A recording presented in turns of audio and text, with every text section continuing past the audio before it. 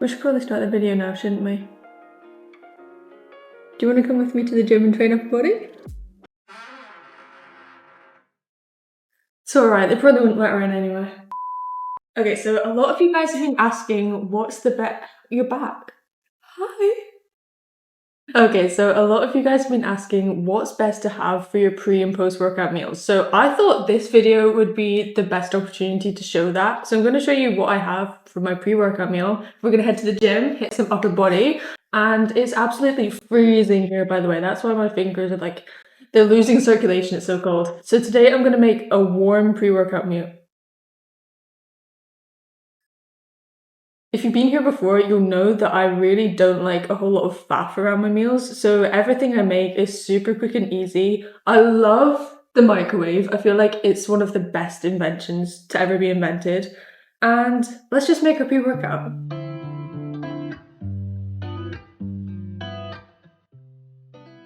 First, we've got 70 grams of frozen fruit. Look at the size of those blueberries. They're absolutely massive. I feel like they're better when they're microwaved or fresh. Fresh, you can't beat fresh blueberries, like when they're crisp. Although if they're squishy, just don't talk to me if they're squishy. Pop this in the microwave for 2 minutes.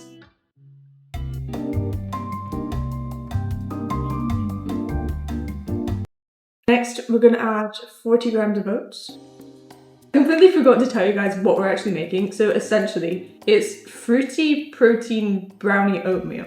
I have this pretty much every day. It's so good. I'm gonna add in 15 grams of cocoa powder. And now for the protein powder.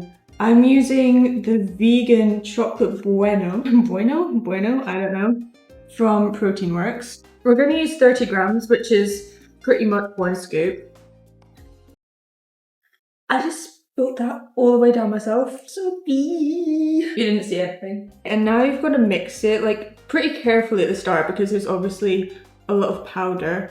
And I'm gonna add some boiling water. You can put it back in the microwave as well. I might do that. I sometimes do, I sometimes don't. If you put it back in the microwave, it will have a really actual brownie sort of texture, which is so nice. But I always just like wing it depending on what I'm feeling, to be completely honest.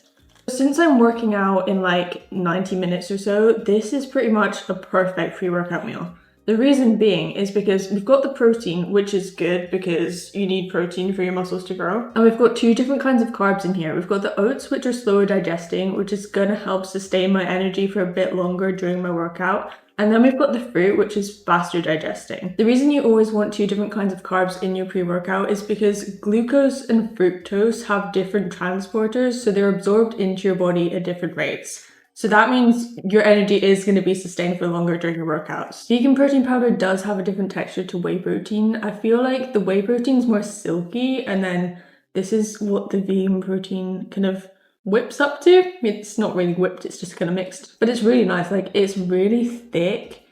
You can... Oh yeah, I have made it where I don't think this one...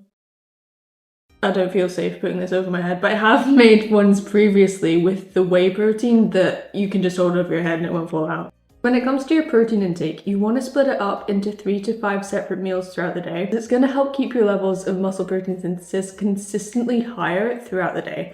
And muscle protein synthesis is very important for muscle growth. I had a lot of people asking what my max bicep curl is, and I genuinely don't know. Like, I train for hypertrophy, which is muscle growth, and I'm usually in like the 8 to 12 rep range. So I genuinely do not know what my max dumbbell curl is. So today, I'm gonna try that out. But yeah, I'm gonna finish this and I'll see you at the gym.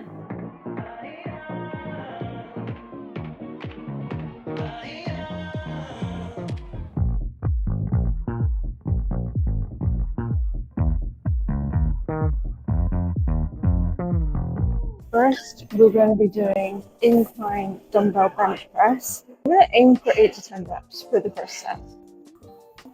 I chose the wrong hairstyle for this. I always do that. I always have this hair clip in and I completely forget. Then I go to do something like bench press and I can't put my head on the bench.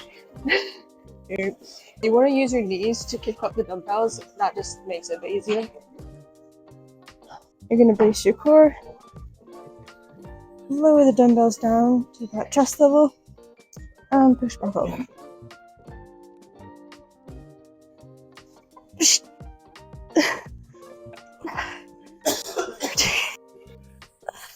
I actually got a lot more than I thought I'd be able to there.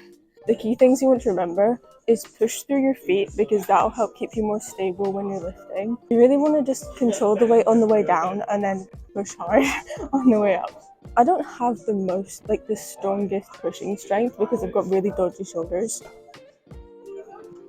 That's 17. But I'd usually rest between 90 seconds to 2 minutes for sets like these.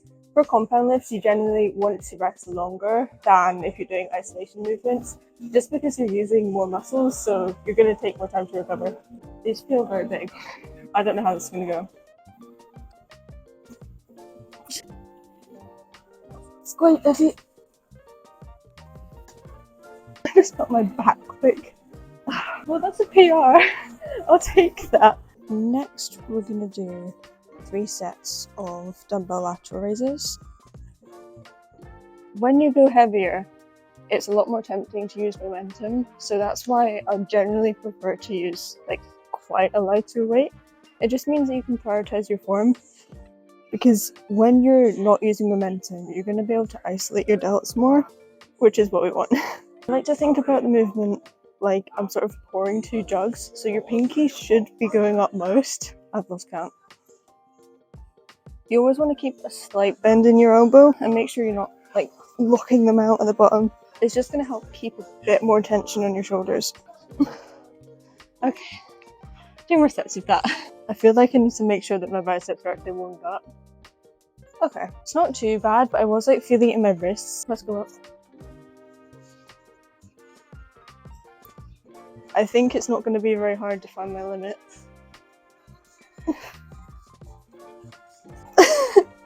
It would be kind of insane if I can curl the same amount as I can bench. The maths isn't really mathsing there. I don't think this is gonna happen. Wait, let's... No, I can't even curl it up. That's not happening. Next, we're gonna do single arm cable rows. You want to set the cable up until it's about kind of halfway on the cable machine. We're going to do 8 to 10 reps for the first set. We're only going to do 2 sets for this one, but you want to set the bench up pretty high so that you can put one hand on the back of it to sort of keep yourself stable. I also like to change the angle of the bench depending what arm I'm doing so that I can access the cable a bit better. Okay, so 8 to 10 reps here. You want to make sure you're driving that elbow back as well.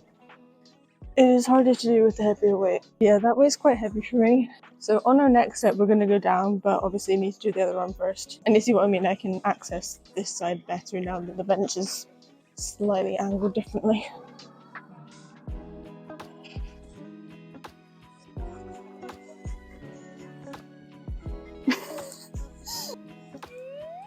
No one's on that. If you're taller, you're going to want it higher up. You grab yourself a bar and we're going to do straight arm pull downs. So you want a soft bend in your knees and you're going to push the bar down into sort of your hips, and this is going to be working your lats. So slight lean forward as well. If you're feeling it in your triceps, you shouldn't be.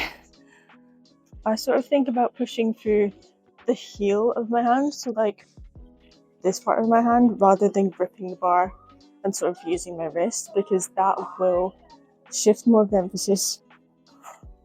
We're going to do 2 sets of 10 to 12 reps. I think this is honestly one of the most underrated exercises for the lats.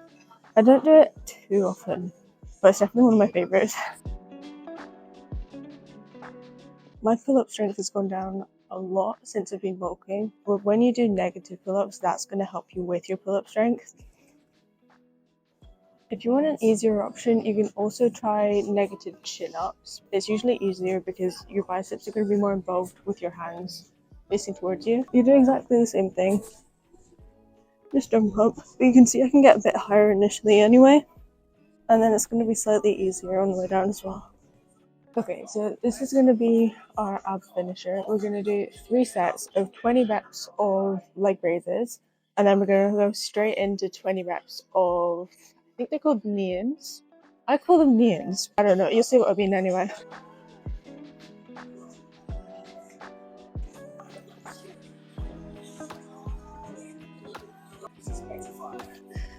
2 more rounds of that.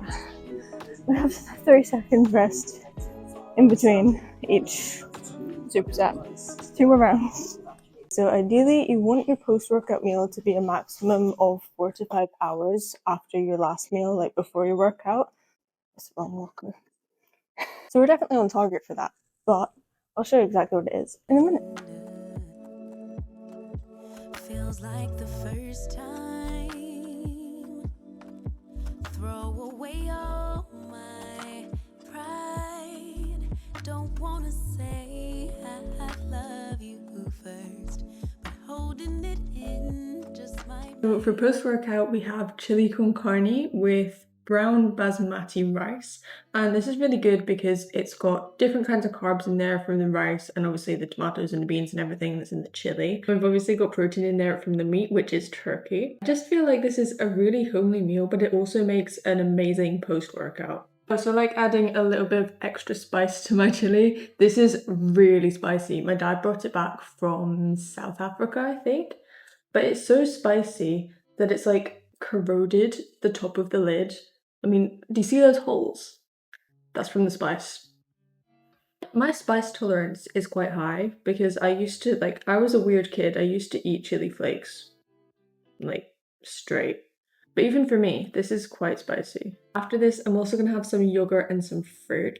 And yeah, I hope you've enjoyed the video. I hope it's been helpful. Make sure you let me know what other content you want to see in future. And you can find a lot more other meals like this on my app. So sign up for the free trial. You can even just, like, if you don't like it, cancel. You've literally got nothing to lose, but the feedback would be amazing. I'd really appreciate it. But yeah, this is getting cold. I love you guys so much. I appreciate you so much. Subscribe if you're not subscribed, because you made it to the end. You're officially a real one, so why aren't you subscribed? And if you want to see a full what I eat in a day, you can watch this video next. See you there?